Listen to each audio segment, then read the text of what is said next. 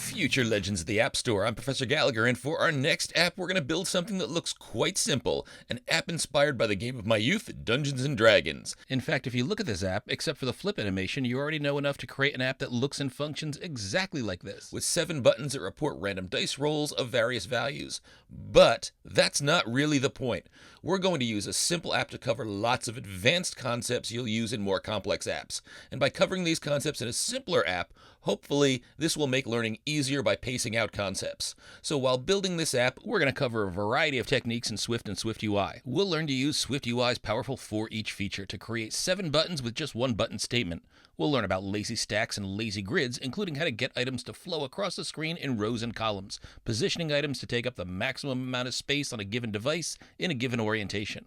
We'll learn about Swift's powerful enum feature, we'll learn to iterate through all cases in an enum, and we'll also learn to make our enum identifiable. And we'll create a custom enum with a case for each dice value, and which uses a computed property to handle dice rolls. We'll learn how to refactor our app, putting subviews in separate files for better maintainability and reuse.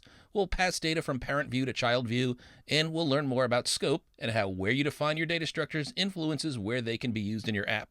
And we'll learn to create a cool flip animation that rotates an item with springy physics along a given axis. If none of this seems clear to you now, it's not supposed to. We haven't learned it yet. But we will, so get excited for your soon-to-expand Swifty skill set, because there's lots of big learning ahead. Let's roll!